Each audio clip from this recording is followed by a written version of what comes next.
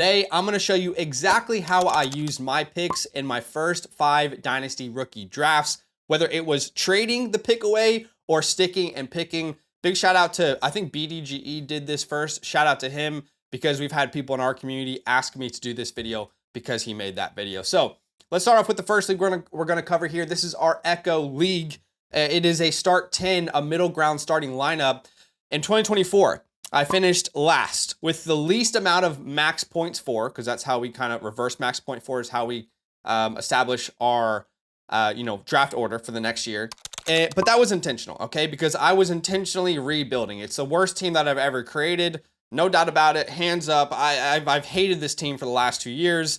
This is the team that I had last year. This is the team that went least max points for. All right, we had Drake May, Trey Benson, Achane, Olave, Ayuk, Kyle Pitts, Rico Dowdle, Jamison Williams, Tajay Spears, and Michael Penix. Now, good news is we also had JJ McCarthy on the bench, but that is pretty much the core of the team that we had. We traded for Olave, we traded for Ayuk midseason because we thought they were great buy lows off of an injury from a competitive team who was wanting to compete this year.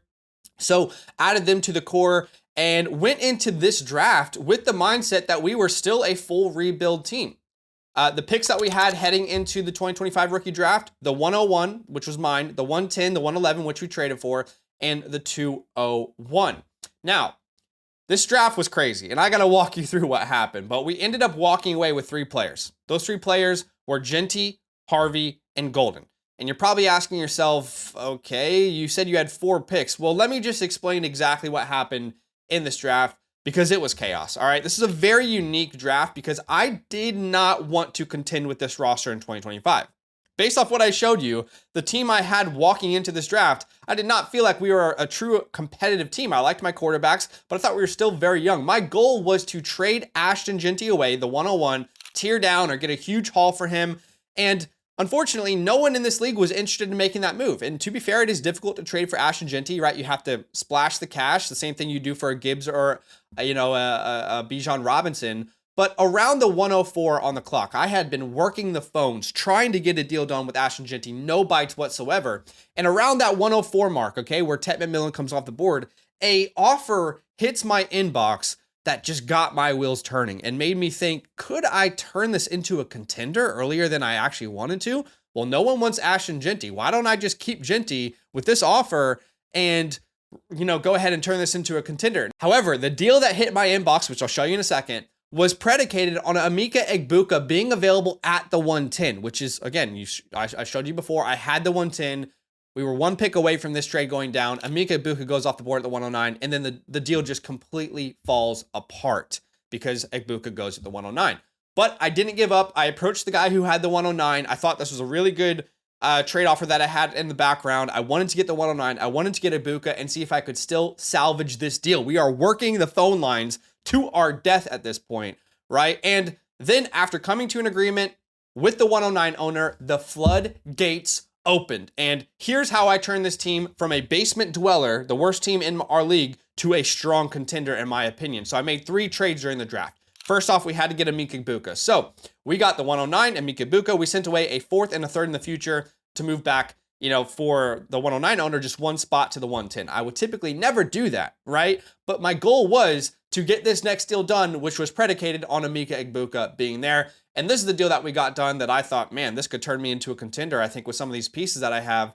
So we sent away a 26 first, the 109, the 2nd to the owner of this trade, and Kendre Miller we got back in return. Pickens, Breece Hall, Ken Walker, and Isaiah Pacheco. I've noticed in a lot of leagues, Breece Hall is very easy to acquire. It's very unpopular to own Breece Hall right now. It's almost impossible to trade him away. So seeing enough value in that deal overall with Walker, Breece, what Pickens could be in Dallas, it gave me what I needed to trigger this into a contend. I also had the offer of Bucky Irving for my 26 first in my inbox as well. So I accepted that. And those were the 3 trades that pretty much happened in the span of 3 minutes that turned me from a strong rebuilder, to a contender. Now, hit the waiver wire after the draft. We bid $42 on Travis Etienne, $42 on Jordan James, and $15 on Gadsden there. My opinion on the waiver wire, and you'll see this throughout this video, is why are you holding fake money? For our leagues, the way that it works, you get $100 in the offseason, $100 in season. So I'm not going to just be precious with my fake money. I'm going to use it to grab some sleepers. So we caught ourselves the high TRBs, and you'll see that throughout this team. We have Drake May, Ginty, Achane, Olave, Ayuk, Kyle Pitts. I know we're figuring out the tight end position. We still got time. Bucky Irving, Breece Hall, Ken Walker, Michael Penix, JJ McCarthy. And on our bench, we have running backs like Trey Benson, RJ Harvey. We've got Isaiah Pacheco on our bench. We've also got receivers like Jamison Williams, George Pickens, Matthew Golden. So we have a team that I feel pretty confident in being able to compete here in 2025. The second league I'm going to show you is our Delta League. This is a meat and potatoes lineup. It's a start 9. In 2024, I had a first round playoff exit, unfortunately, finished 4th place. And this is the team that we kind of had rocking in last year. Jaden Daniels, who we drafted everywhere, Achane, Etienne, Jefferson, Puka, Jake Ferguson, Olave, Adunze, and Herbert. A lot of players that underperformed or just weren't ready for the spotlight just yet.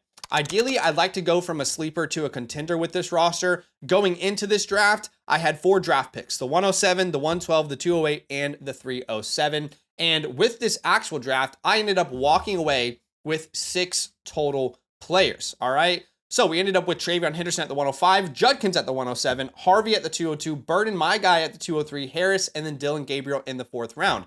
How do we do that? Well, let me show you. We made 3 trades. First thing we did is we sent away Kyler Murray for the 105, and that was very intentional because we wanted to use one of our quarterbacks to fill out the rest of our roster. Before this draft, I had 4 quarterbacks that I really liked on my team, right? We had Jaden Daniels, which you'll see here. We had Justin Herbert, which you'll see here, and Bryce Young, as well as Kyler Murray. So we sent away Murray. Our target was to get Travion Henderson, and that's exactly what we were able to do there at the 105. Then we were able to send away the 112 and tier down to the 202, in addition grabbing the 208. Now, for me, this is something I've been suggesting to you guys to do all offseason, right? For me, the 108 to the 202 is one huge tier. I don't care how you rank it. You can see my rankings here, but they're very fluid. Really, all these guys are worthy of being as high or as low as you want them to be. But all I wanted to do was tier down in that tier. If there was someone who wanted a specific guy, let them tier up. And obviously that's what someone did. They ended up grabbing Emeka Egbuka, who I do love, but I was totally happy to end up with an RJ Harvey and a Trey Harris at the end of the day, because I made one more trade where I had 2 goals in mind. I get Luther Burden and a starting tight end. We sent away the 307, a second, the 208, and a first next year for Laporta, the 203, which ended up being Luther Burden, the 407, and a third. And then we hit the waiver wire hard again. Jordan James for $46, Taj Brooks for $22. I don't care about fake money. I will add as many of these 5th, 6th, 7th round running backs as I can to this roster and hope I hit on it. And here's what the team looks like post-draft. I think we're in a strong position to contend. We have Jaden Daniels, Devon Achane, Travion Henderson, Jefferson, Nakua, Laporta, Olave, Judkins, Herbert in our starting lineup. However, on our bench, we can flex names like RJ Harvey, Trey Harris, Rome Odunze, Luther Burden, Jake Ferguson available in the tight end spot, Jordan Mason, and Bryce Young is our 3rd quarterback. So I'm feeling pretty good about where this team is now. If you want an in-depth breakdown of your team with customized trade targets, players to buy, sell, hold, then get your team playbook today by either becoming a yearly Mother Flocker member with the promo code LAND or by going directly to the Flock store, regardless of what promo code you're on. And if you want it done live, make sure you get the live tier. Those links are in the pinned comment. The 3rd league we're going to look at here is the Charlie League. This is a middle ground starting lineup, a start 10. In 2024, we finished 2nd place. Devastated about that. Unfortunately, we were a very strong contender. We won the championship in 2023, only to lose in the finals of 2024, so close to a back-to-back. But this was a team that we were rocking with last year. Still a very good team, right? Burrow, Bijan, Tracy, Puka, Nico, Andrews, Jason, Waddle, Addison, and Tua. That was the team that we were rocking with last year. A good team, got us to the championship, but wasn't able to completely pull it through. Going into the draft, we had 2 picks, the 203 and the 311. Now, when we look at the draft board here, I was a little bit naked in this draft. I only actually took 1 player that ended up being RJ Harvey because there was 2 trades that I made.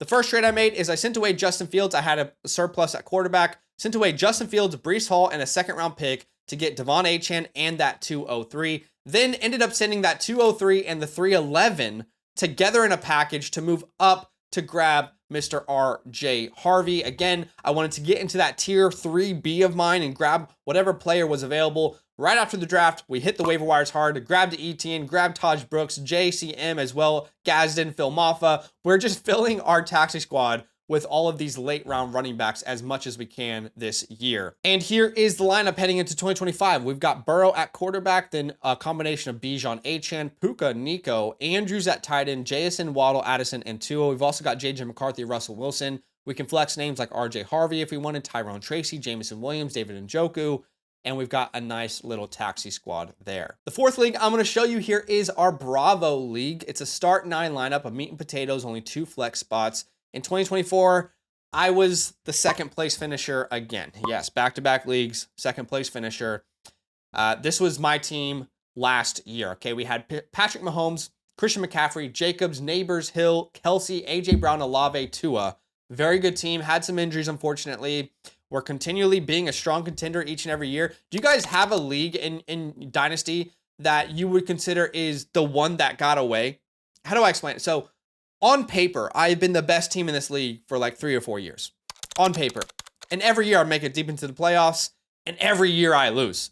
This is the league that got away for me, and I'm trying to turn this into a contender, but man, we keep failing somehow each and every year. Going into the draft, we had 5 picks. The 107, the 111, the 112, the 306, and the 411. Now, we ended up walking away with a combination of Judkins, Loveland, Harvey, Hunter Ferguson, Brashard Smith, and DJ Giddens. So we had 5 picks going in. We made 7 selections.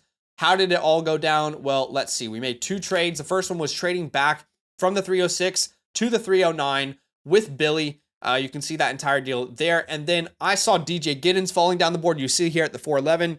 I thought DJ Giddens should have been drafted. So I said, you know what? Let me just send Demario Douglas away. I don't think he has much of an upside. Let me get DJ Giddens, stash a high upside running back, kind of handcuff, and that's what we did with this draft. Now, again, we went to the waiver wires, tried to hit it hard. We ended up only landing JCM in this one because everyone else was as competitive as I was, but very happy with the team that we have now. If you look at our team post-draft, pretty much the same starting lineup, but we have Darnold on the bench. We have Judkins, DJ Moore, Metcalf, Loveland, Pitts. It's a very, very deep roster. We've got names like Coker on, our taxi squad with Giddens, and still have our first round picks. So fingers crossed. Is this the year? I hope so. And the last league I'm going to show you here is the Alpha League. This is a middle ground starting lineup, 3 flex spots. In 2024, we did it, ladies and gentlemen. Ladies and gentlemen, we got it. We finished first place overall.